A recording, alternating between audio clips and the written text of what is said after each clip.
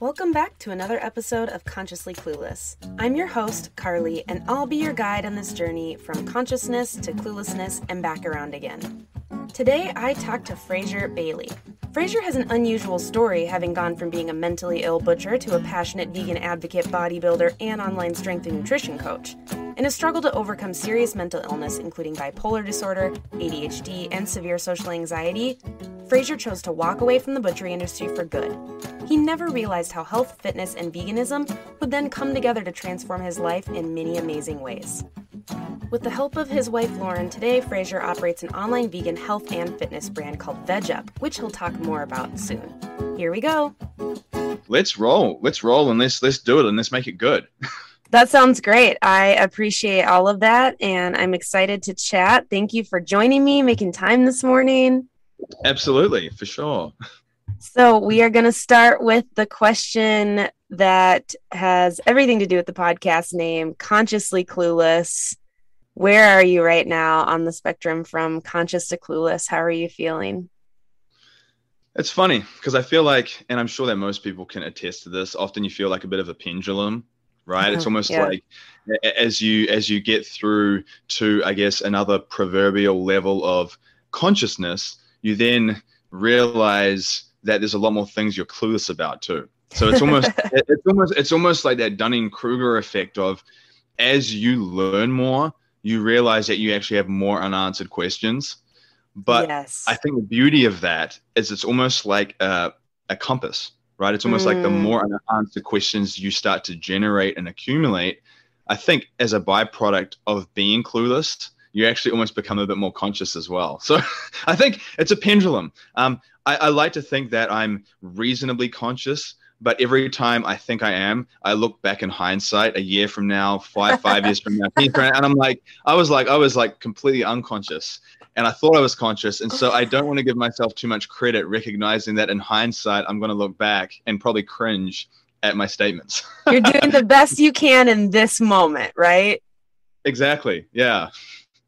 Totally. I love that because it's so true that, you know, you think, oh, wow, I've really arrived. I've really gotten to this place. And then even just a few months later, you're like, wow, I had no fucking clue what I was doing.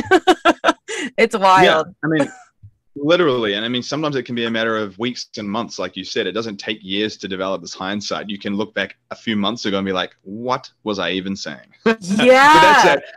That's that level of consciousness. I think as you break through to like another level, you realize there's a lot more cluelessness that comes with that. And it's an explorative process, you know? So that's kind of where I'm at, if you can decipher any of those ramblings. I'm here for it. I was like nodding my head ferociously the whole time. I was like, yep, absolutely. Yeah. So tell me a little bit about what's going on for you now. We have tried to connect in the past. You were doing some traveling with your family. What is going on with you? Where are you at? Yeah, so right now we're in Louisiana, where our home base is. We're actually moving up to and traveling up to Tennessee and the Smoky Mountains very soon. Beautiful. Next month. Yeah, we're looking for some land up there that we can just develop a little sort of sustainable setup. You know, like I've really, I think that's been another level of consciousness that I've developed. In our communications, is that beyond just being vegan and going through this journey of self-discovery, now it's coming to a point where I want to learn self-sustainability, and I want to learn how to garden, and I want to learn how to do things with my own hands to a much greater extent than I ever have done before. And so that's kind of an exciting chapter to me of like, I became conscious, and then I realized how clueless I am in a multitude of these things. And I'm like, okay, but from a growth mindset perspective, I'm like, okay, I'm clueless in a lot of these things, but it doesn't mean I can't cultivate the skills and learn these things. I mean, all of these skills, gardening and how to capture your own water and just everything and anything, it's acquired skills. And so from that perspective, I'm excited to embrace that. We just came back from New Zealand, which is my home country. We were there for 6 months to visit family. So that was the first time that our daughter Zia got to meet my side of the family, her grandparents. So that was a really powerful experience. It was a beautiful experience for her. More than anything, it was a beautiful experience for myself, being able to see my parents connect with her. Yeah. Almost getting to relive parts of my childhood through her, watching how they connected with her. So that was Wow. beautiful. Yeah, and it was bittersweet moments leaving. For one, my dog that I have back there, long story short, I got her when I first started my healing journey. So I'd been through lots of trauma. I'd worked in a butchery. I'd done all these things that had created layers of trauma and dysfunction. And when I realized that I needed to like detox my life from pretty much everything, I realized that if I just removed myself from all these situations, there's like this gaping void in my life. And so this little dog that I got, Ellie, she became that guide for me, that bridge that bridge from where I was to where I knew I had to go. Anyway, long story short, she's 12 now, but she got diagnosed with a really aggressive form of cancer. And so she does have limited time on this planet left. And so it was very bittersweet knowing that that farewell was probably the last time. And she doesn't, and it's not like I will be there for her passing. So there's a lot of weird emotional challenges that come with that process. But I feel like I'm at a point in my life where I'm able to process a lot of challenging things quite well, because I'm able to reframe them and shift my perspective on them. So like, yes, like these challenging things happen to us all. We all suffer through loss and transitions, but how we respond and how we perceive and how we react to those challenges is really something under our own governance. Right. And I remind myself of that. So I can, rather than just being sad and depressed about it, I can appreciate, like if anything, I really took time while I was there to spend quality time with my grandparents, to spend quality time with Ellie, like more quality than most people who just live in the same town as their family. Yep. Because you just fall into this guise that you're going to see them every day and it's going to last forever. Absolutely. And I think for me, that transient realization that this life is temporary was much more profound going back there. So if anything, it gave me more rich experiences. But we're back now and it's another chapter. And so I'm excited for that journey. So that's kind of in a nutshell where we're at right now in terms of our transitions and where we're heading. So you sprinkled like a bunch of things I want to kind of pick back up on. You were like, loads of trauma and working in a butchery and all that stuff. So can we go back a little bit and share whatever you're willing about that experience and that that part of your journey? Absolutely. So I went to a good school. I struggled a lot. It was one of those scenarios where I was the A for effort student for a while, and I was getting D's and C's in achievement. And that kind of is more insulting to yourself because you feel like you're trying, but you're quote unquote stupid. Yeah. And so it got to the point where I kind of burned out on that fuel, where then I started doing D's and C's for effort and getting D's and C's and E's for achievement. You were like, if this is what I'm going to make, then... Yeah, I might as well just go be a butcher, right? I might as well just go do something with my hands physical that doesn't involve a lot of cognitive function. And so I was working in the butchery as a student, cleaning up in the afternoons after school, just part-time. I just fell into it. Like I was just looking for a part-time job. Yeah. My dad wasn't, going to just give us an allowance for doing nothing. He's like, go out and do something. And I went, and obviously at that time, a lot of the kids after school were going to work at the supermarkets. That was an easy place to get the jobs. And for whatever reason, they just put most of the young guys in butchery. It's just one of those things, whether it's a weird sort of masculinity paradigm. I've got my thoughts on that. But they put a lot of the women in sort of customer service roles and in checkout roles where they're interacting with people, and all the other guys are just kind of put into this dark, giant fridge full of corpses. And so I fell into that, not intentionally. Anyway, recognizing that I wasn't doing well in school, and I was like, I'm just stupid. Like I can't do, like, why is everyone else so much better than me? And I had this fixed mindset. And at the time, in hindsight, I didn't realize how much my diet and my lifestyle was contributing to a lot of challenges, because, being diagnosed with bipolar disorder, severe social anxiety, ADHD, during my teens, during this period of time, it wasn't back then as common. Like these diagnoses weren't as common as they are now. And so not only did I feel more alone, but I felt like I had all these stories around what my limitations were, basically. Okay, I'm not good at school, and I'm not good at this and this because I have this, this, and this. And it led me to leave school. I left school when I was 16. Oh, wow. I was like, you know what, I'm just going to go out and make some money. That was my mentality. And so I went out and I proposed to my boss at the time. I said, you know, I want to leave school. Can I work full time? And I had a decent work ethic, I guess. Well, at least they saw that in me. So they hired me on as an apprentice. And so an apprentice butcher is essentially like the bottom of the totem pole. You just get given all the most awful jobs you can imagine. And that period of my life was really challenging because you think about this. If you're already going through some mental dysfunction and mental challenges, if you put yourself in an environment where the majority of the men or the majority of the people in that environment also have alcoholism and drug habits and spousal abuse and different challenges of their own, it's like you're walking into a lion's den. Basically, you're walking into an environment that's going to put jet fuel on the fire that's already burning in your own mind. Yeah. And so the environment really then exponentially exploded, like the downhill decline of my attitude and my health and everything. And I worked in that environment for about 5 years. So it wasn't just like I was there for a year. It was like a extended period. And 5 years to me back then, as you know, when you're younger, 5 years is a long time. Like when you're in your teens, going from 16 through to 21, that's a huge period of your life. Yeah. And so that felt like 20 years. And I got to a point in my life where I was so depressed, you know, like waking up in the morning.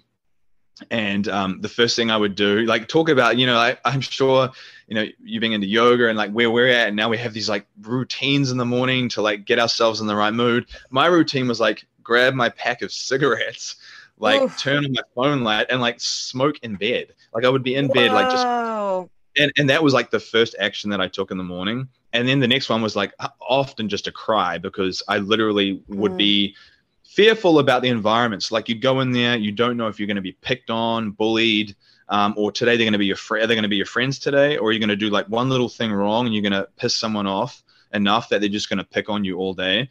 And so there was a lot of that sort of high school bullying that then transitioned for me into the work environment. So at that point, at the end of this kind of 5-year stint, you are hating this, right? Like you're hating it.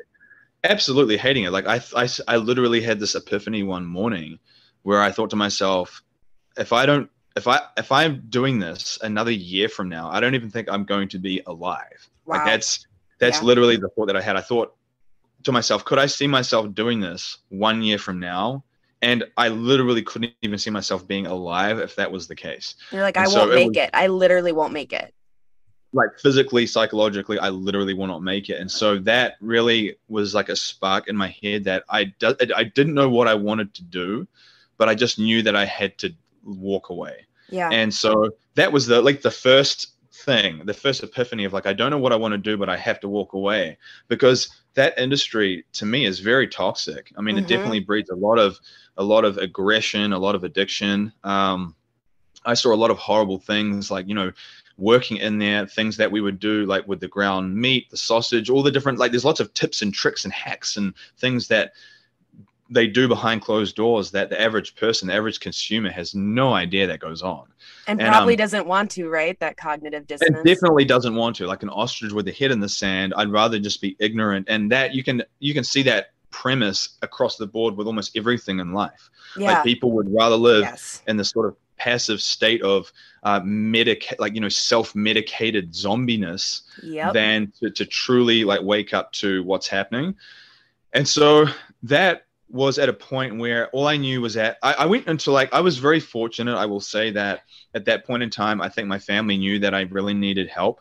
So I moved back in with my dad and my stepmother at the time, because I actually left home quite young, and I didn't talk to my family for about 2 or 3 years. Like it was like we ended very badly early on, and I just like cut all communications with them for a period of time. And but then I think somehow through the grapevine, they heard that I was struggling, and then through different people, and then they were able to reach out to me and we connected. And basically I went back home for a while and I didn't really do anything for about 6 months. Like I didn't work. I was just almost incapacitated. Like I was just didn't going to work. say, you were probably that trauma brain. You probably were just like shutting down. Yeah. Like I didn't do anything. Except just try and like function like on a day-to-day basis and just survive. And so I was fortunate that I had that support. And during that time, that's when I started to go see a psychotherapist. And because I'd been to see psychiatrists and stuff, and so I was heavily medicated for all these different things. And for me, none of those things really worked. Like I was heavily medicated, but nothing really seemed to actually be working. Mm-hmm. And that really was frustrating for me because obviously I thought that this would be a solution. And for me, it wasn't. Right. And I was like, why is this not working? And I realized that it's like you taking like a fat burning pill or taking some type of like supplement and expecting to be like in amazing shape without having to do the diet or the training. Yeah. And so like I was doing the pill thing, but from a psychiatric perspective, but I wasn't doing the lifestyle thing at all. And so that was a huge missing part of the equation. And what I found was that as I went to see the psychotherapist, that was more part of the lifestyle stuff. He was talking more about like my lifestyle, my routines. He's like, like you have a lot of sort of like anger and frustration that obviously had proliferated from being in the butchery. Have you ever thought about working out before? And at the time, like, I mean, honestly, I'm almost 38 now. YouTube was barely a thing back then. This was right at the dawn of social media didn't exist. And this was, right. I mean, it did exist, but it was right in its early infancy. And so you couldn't there wasn't this big fitness culture online where you've got like Fitspo and Fit Pros and all these things. Where you can just look up a video and you can just, so there wasn't any of that. And the fitness culture wasn't as much of a mainstream thing as it was. And so I didn't even really know the benefits of working out. Like I was like, I knew obviously you could look like a bodybuilder, but I was like, at the time that didn't interest me. And I didn't know that it could change your mood and affect like your cognition and the quality of your life. And so what I found was that he proposed that to me. And I was like, well, I guess I'll give it a shot. I'll just try it and see what happens. And I went. And that was really the start of the journey for me. That was really the start of the new path that I ventured into, learning about training. And all of a sudden, what I found was that, like if you've been in a bad environment before, and you're used to staying up late and going to parties and clubs and bars and all these things, what's associated with that stuff? Like drinking, drugs, just like craziness, fights, or whatever. Yeah. Whereas all of a sudden now, if you're going to work out in the morning at 7 a.m. on Friday, on Saturday and Sunday morning, and that's your thing, you don't stay up late anymore. Like you're so looking forward to like that thing in the morning, that routine in the morning, that all of a sudden you, as a byproduct of looking forward to that other thing, you remove yourself from those old environments. Totally. And it doesn't feel like you're losing something. And so what happened is as I started to integrate these new routines in, I found like a lot of the old routines like fell away and shed away as a byproduct of getting these new things. And when I realized that I could literally change my physique and change my appearance and my strength, that was like the first aha moment in my head of I actually have control over something. Yeah. Like I can actually change something in my real world that you can see it. There's a result there. It's not just this sort of hyperbole or this like philosophical concept floating in the ether. Mm-hmm. There's actually real world tangible result from the work that I put in. And that really then opened the door. And that's when I started to wonder about nutrition. So that's what propelled me to go back and study nutrition and physiology at college, because all of a sudden I learned this new thing that I love. And I started to notice how I felt better and better as I improved how I ate. But I was still eating like a bodybuilder, but it was whole foods rather than junk food. Okay. So yeah, it was still like tons of eggs, tons of fish, tons of chicken and that stuff. But it wasn't donuts. It wasn't, pizzas. It wasn't processed. And so exactly. So that step in and of itself was exponential for me. And then that's really what led me down the path of learning about nutrition. And the rabbit hole has been an amazing journey thus far, because I feel like you were saying, every level of consciousness that I get to, I look back and I realize how little I knew. And so now I'm at the point where I know that I've never got it all figured out or answered. And I even tell people, like, even to this point now, doing what I do with vegan nutrition and ophthalmology. How do you optimize your state? How do you optimize your physique, your state, your mental state, your psychology, your health through plant-based nutrition?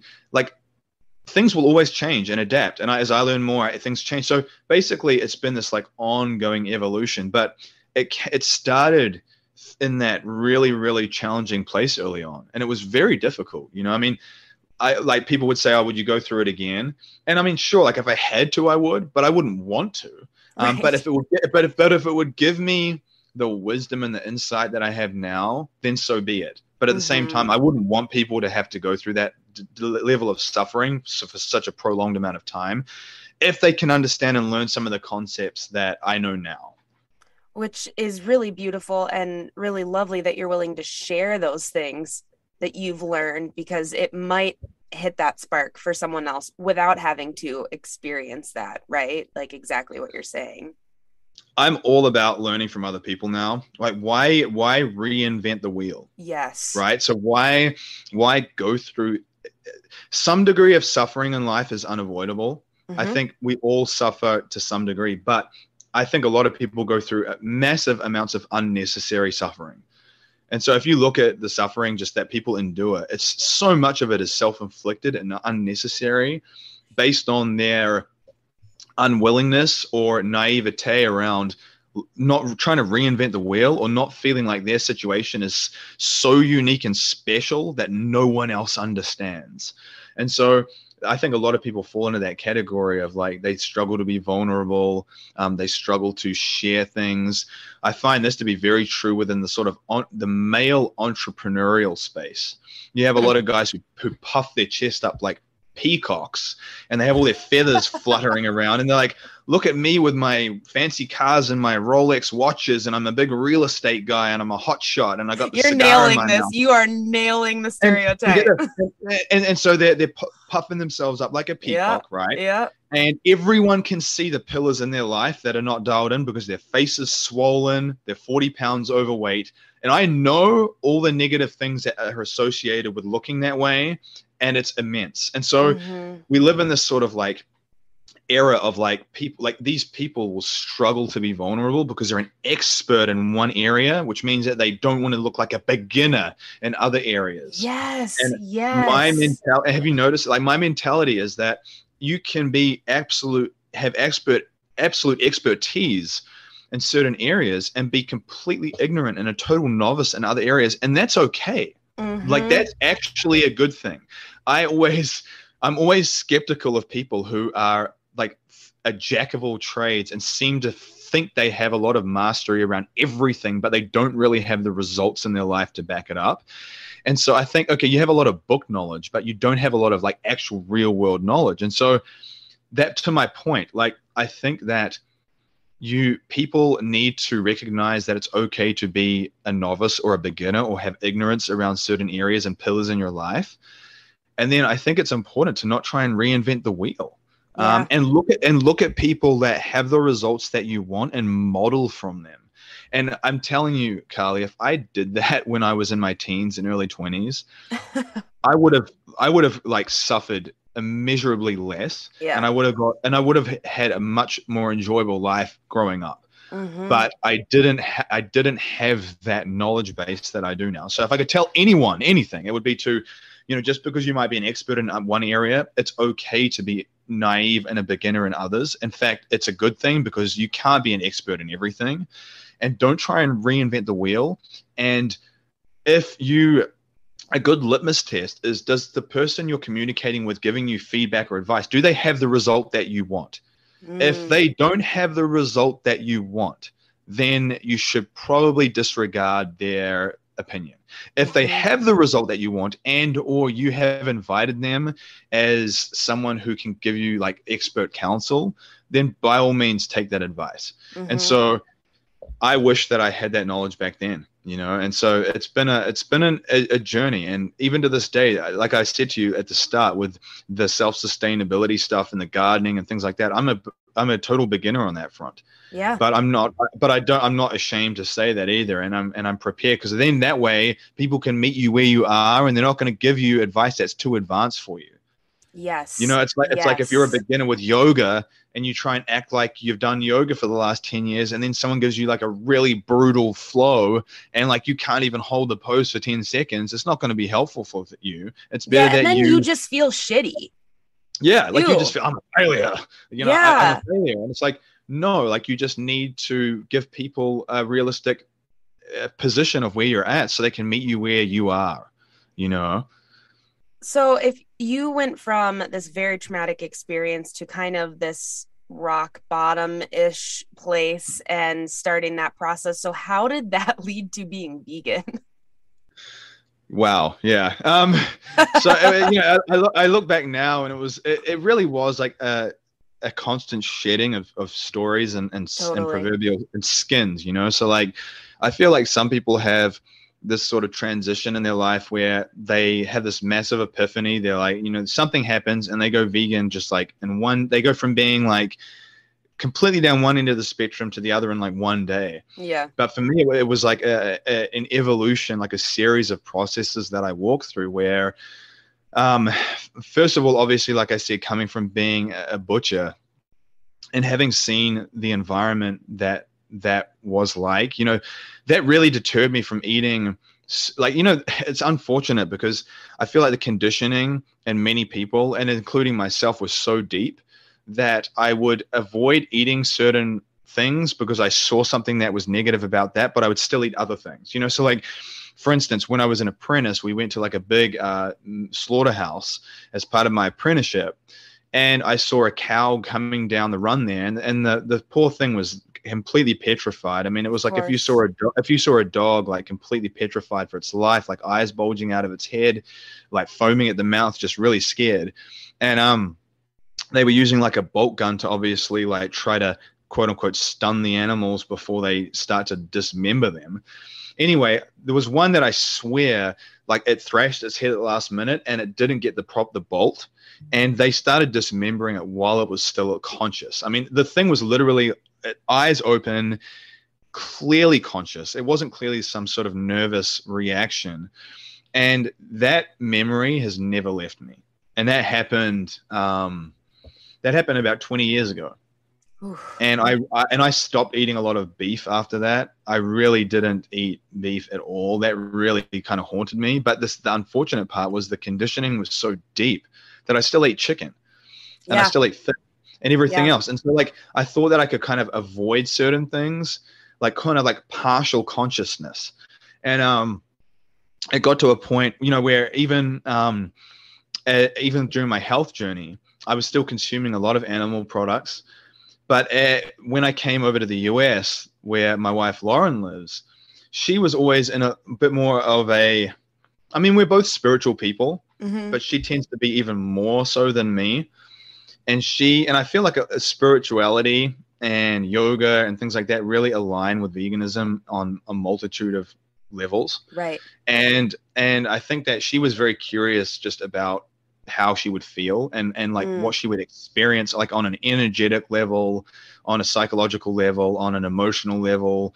And it started by reading Dr. Will Tuttle's book, The World Peace Diet.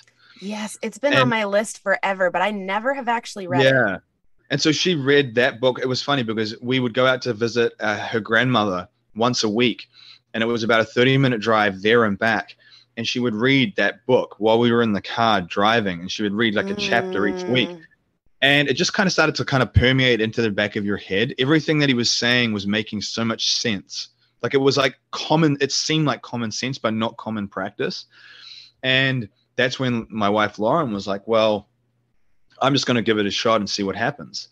And it was like no expectations. It was just kind of this like open-ended thing. And I was at the point where, you know, at this point in time, I'd got off all my medications.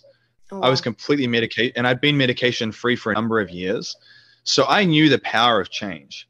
And I knew the power of like, if you think you can do something, you can usually make it work really well if you have enough mental belief that you can relearn old patterns, Yeah. or unlearn old patterns and relearn new ones. And so I'd got off all my medications. I have been on medications for years now after being diagnosed with all those things that I mentioned to you. And I was like, what if this is another layer in my journey? Like, I got off all these medications. That was like shedding one layer for me personally. What if like shedding the animal products and this story around what I need to be a fitness person or a bodybuilder is another one of those stories I need to shed?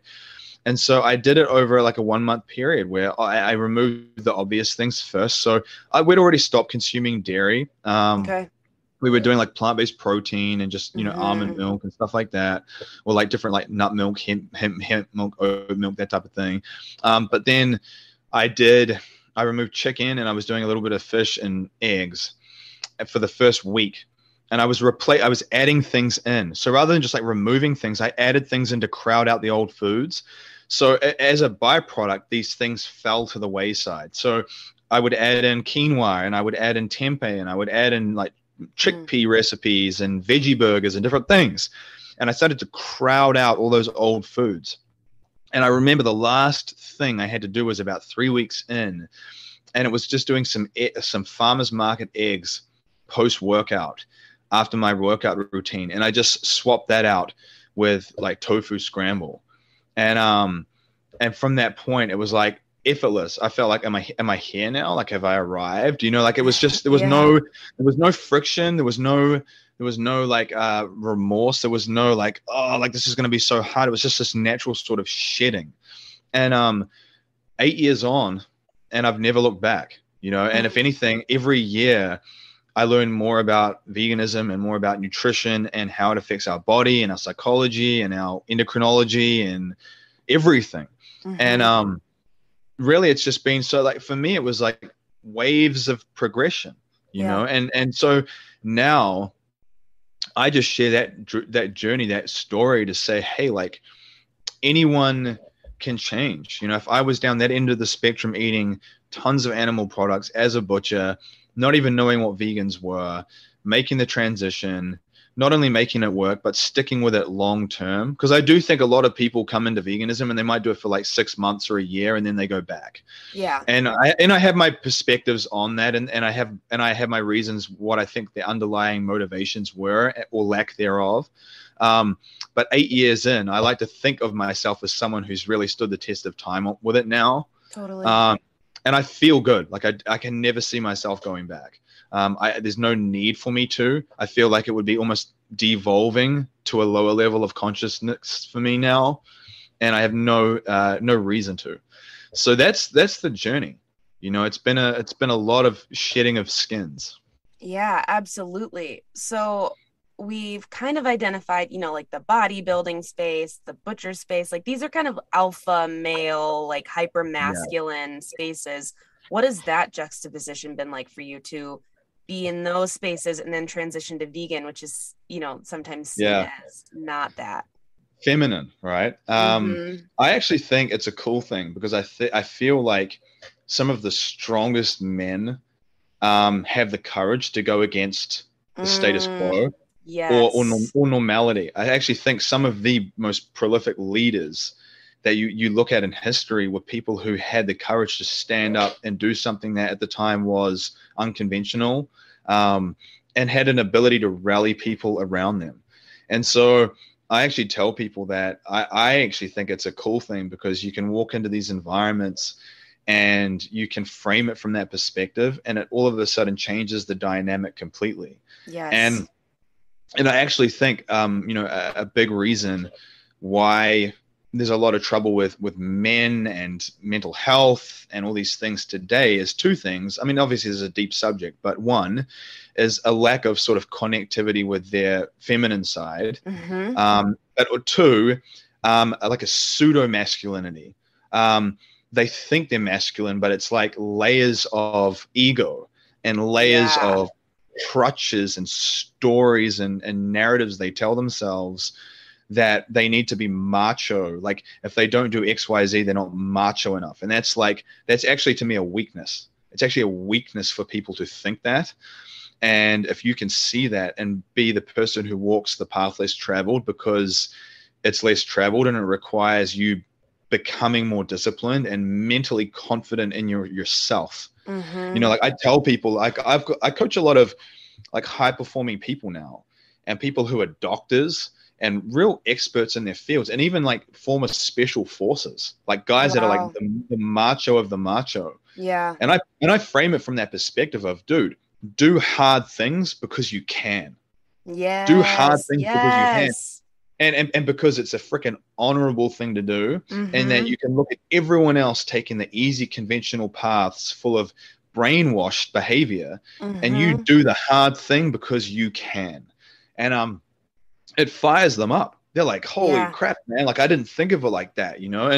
And also, lastly, to say that I do think there is something to be said about, like, you know, if you're physically strong and you want to share that as a message, then you working on your physical, you know, whatever that is. Like, if you want to be like a beast with yoga, or you Right. want to be a beast with powerlifting, or like endurance, become prolific at that thing, or at least Yeah.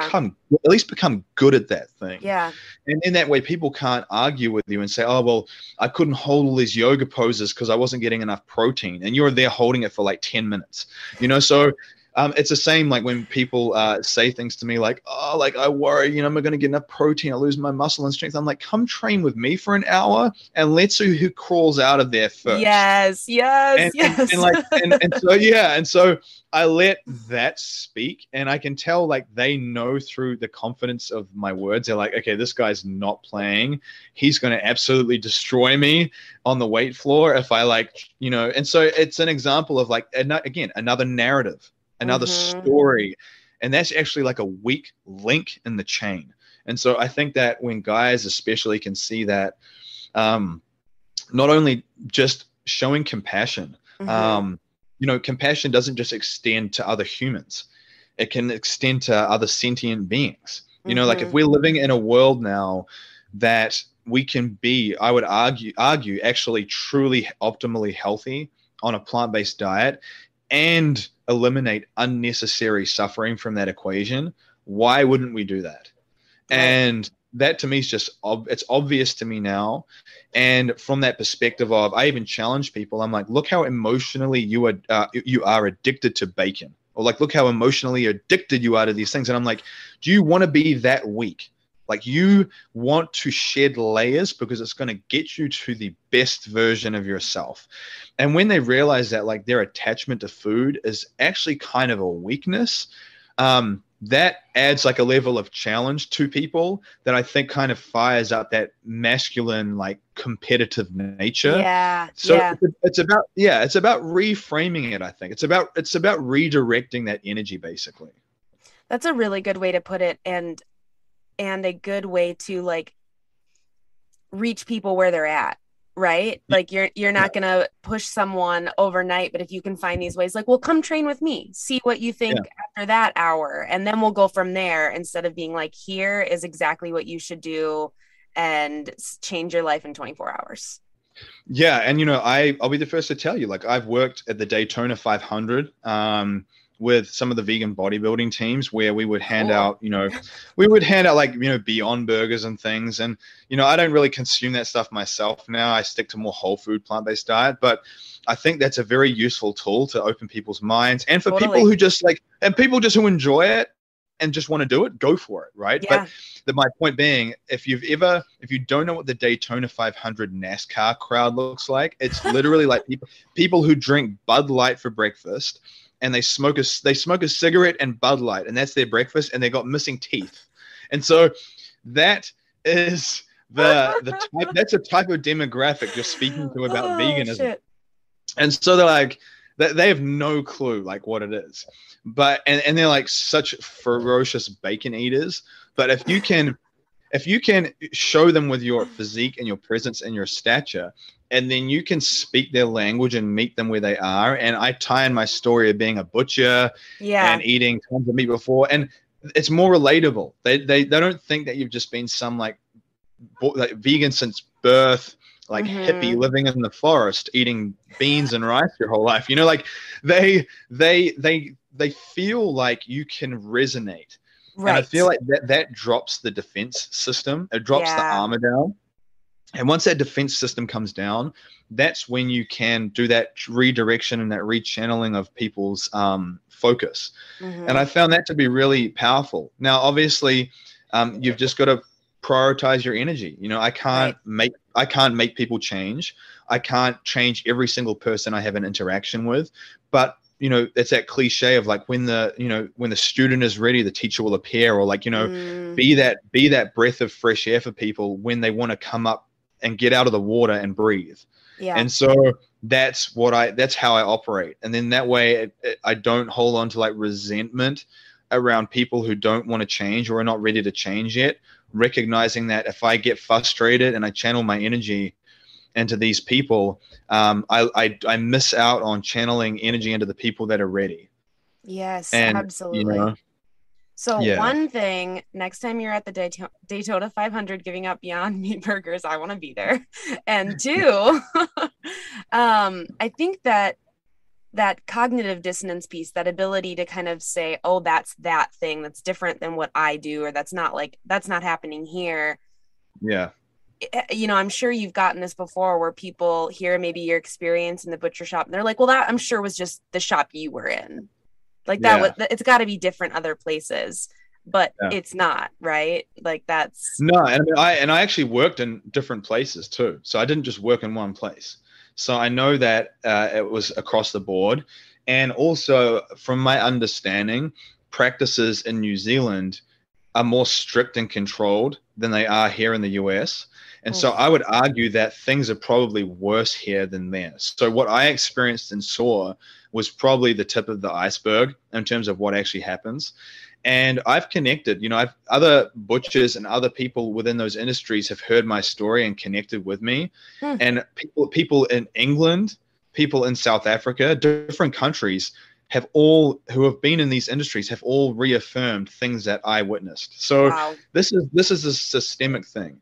And, you know, I say to people, I think once you have that realization that, you know, your dog is your cat, is a chicken, is a cow, is a pig, and you see the sentient nature in your dog and the way they look at you, and then you see the sentient nature in the pig and the way it looks at you, and you realize that you would be horrified and scarred for life if someone dismembered your dog in front of you or dismembered a dog in front of you. And I think just having that realization and truly sitting with it and not choosing to want to be plugged into the matrix. You know, like if anyone's ever watched that movie, there was a guy, Cypher, and he was the guy that wanted to be plugged back into the matrix. Like he was so tired of the real world, he wanted to be plugged back in. Anyway, it didn't end well for him. And going back, going back into unconsciousness to me is never a good progression in your own evolution. Even if it just like temporarily satisfies your emotional taste buds. And like I said, like do hard things because you can. Yeah. And I do think that beyond, you know, when you make that connection with that sort of cognitive dissonance, then you start looking for it in other areas of your life as well. Yes. I've noticed it becomes like a radar, like a compass, and you start to really notice a lot of nuances in your life about all kinds of world issues and challenges. And it makes you a much more aware person. And I think what it can actually do is it can shine light on your relationship with yourself, your old childhood patterns. And, you know, like coming back to my point, I see like a lot of people who think they're high performing and they think they're like really successful.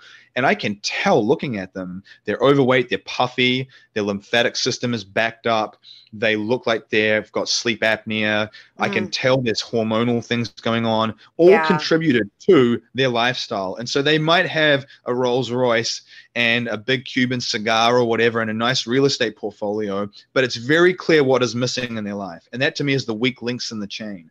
And I really go at men about that because I feel like that brings their vulnerability to the surface, and all of a sudden they realize, wow, like I'm not as good of a father as I thought I was. I'm not as because think about this, you know, I say to people, if you're not the healthiest version of yourself, you are going to be a burden on your family at some point in your life. Like if they have to care for you do you have the money to pay for that care, or are they going to have to look after you and get you out and change your diabetic socks and wipe your butt and do all these things early on and look after you for a long time because you didn't do it? And do you want to be that burden on them? And do you not want to show up to your spouse or your partner or your family or your children or your friends like with low energy, low mood because you're not performing well? And how is that going to impact their lives? Yeah. So think of the radiant consequences of your decisions. And but then I frame it from a positive perspective of think of the radiant benefits. Like I think it's important for people to contemplate the radiant consequences of their choices, so they're not sticking their head in the sand like an ostrich, and they truly confront the reality that, okay, I'm 50 pounds overweight or I'm 100 pounds overweight. This is not good. I cannot act like this is good. And I cannot just have this positive self-body affirmation knowing that this is going to take 10 or 20 years off my life. Yes. This is not good. But frame it from a positive, radiant perspective of, okay, if I improve these things and I make this transition and I shed these skins, what are the radiant benefits of that to my children, to my friends, to my family, to my career, to my contribution to the world? Like the thing that I'm good at, maybe I'm not doing that to my capacity because I'm impaired in some way. And maybe the people that will be missing out on my wisdom and my lessons. So for example, if I never got through my social anxiety and worked on the way I communicate, I would have never shared my story. And in me not sharing my story, there would be people who would have probably committed suicide or at the very least struggled indefinitely with their mental health had I not had the courage to do that. And so that's a radiant benefit of me breaking through. And so if you contemplate, and what's the radiant benefit of that? So like for someone who maybe keeps going, right? You understand, right? It's the ripple effect. It's that butterfly effect of so now that person who changed their life, what is the radiant effect on their family, on their parents, on their relationships with people? And what's the radiant effect of them? And when you realize that your actions have this butterfly effect that can exponentially change people's lives, that makes everything you do so meaningful. All of a sudden you realize that, hey, I get up in the morning, me doing yoga could unlock someone's mental health where before they were completely disconnected with themselves, and unlocking their mental health gives them the ability to be more, a better spouse, a better partner, a better parent, a better friend. And they're more available for people in their life. And that to me is like energetic currency.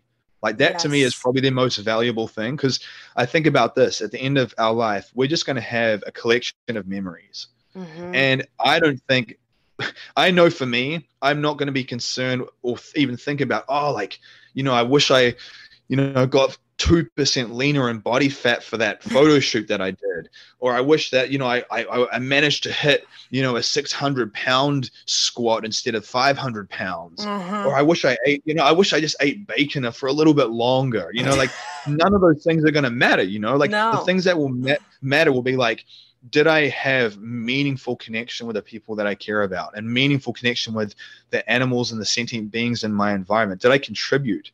And, if you can look at veganism and plant-based diets and all these things that we've talked about as a gateway for that, it makes it so meaningful. Yeah, it really does. Yeah, absolutely. So that has led you to do coaching and programs with people now. That is what you do, and that's what you do with your wife, correct? Yeah. So, it's funny, the path that you walk, I never thought that I would be here. If you asked me when I was going back to college to study nutrition and physiology and all this stuff, I would have never thought that I'd be doing this right now, where now we do a lot of online work, where I've coached, people from like famous musician Chris Daltrey, who was one of the top American Idol contest people early on.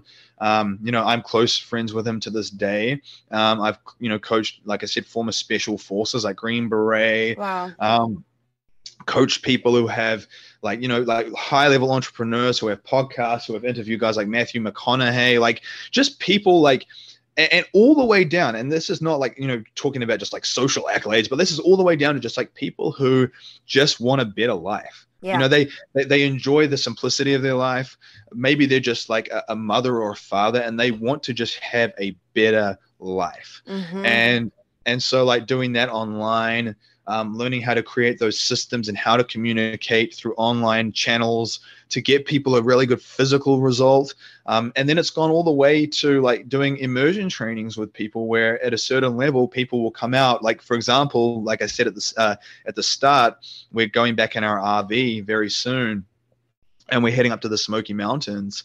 And I have different students flying out from, California and Arizona and different places to do these one-on-one immersion trainings where we go through lots of core pillars around nutrition training, ophthalmology, optimization, and it's super transformative. And so like I never thought that I would be doing that. And I feel like what I do is I get people in, like you were saying, I meet them where they are. Maybe they come to me and they're purely motivated for health reasons. Mm-hmm. And then as they walk the path, they get more curious. I've had many people walk the path for health reasons early on, and then they will ask me like, Fraser, why do you do this?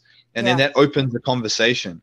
And then I tell them about all these other things, and I tell them about go watch Dominion, go watch Cowspiracy, go watch all these different documentaries, go read The World Peace Diet by Dr. Will Tuttle, and they'll start to learn about the other drivers. Yeah. And I say to them, look, if you are super healthy doing this and you're in the best condition of your life, why not attach more motivations to doing this so you stand the test of time, right? Why just have one? Like, why just have one motivation if you can understand all the motivations? And so they then start learning about all these other reasons, and it just opens the door and it really keeps them involved in the lifestyle. And so it's been a really fun experience, and I never thought that I would be here. But it's almost like it's evolved through me recognizing there's a need for it, and seeing there was a gap in the market, so to speak, or a gap in the world or in the industries that I could fill with this type of guidance and knowledge and systems. And it's been really fun. It's been fun to see these people come through from all different walks of life.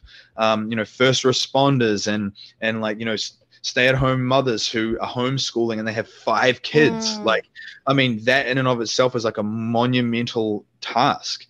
And so like people with all different challenges, people who have come to me with cancer, people who have had all kinds of like autoimmune challenges and different conditions that the allopathic sort of mainstream conventional system told them that they either couldn't change or would just have to medicate. And I'm not like, bagging down on the system.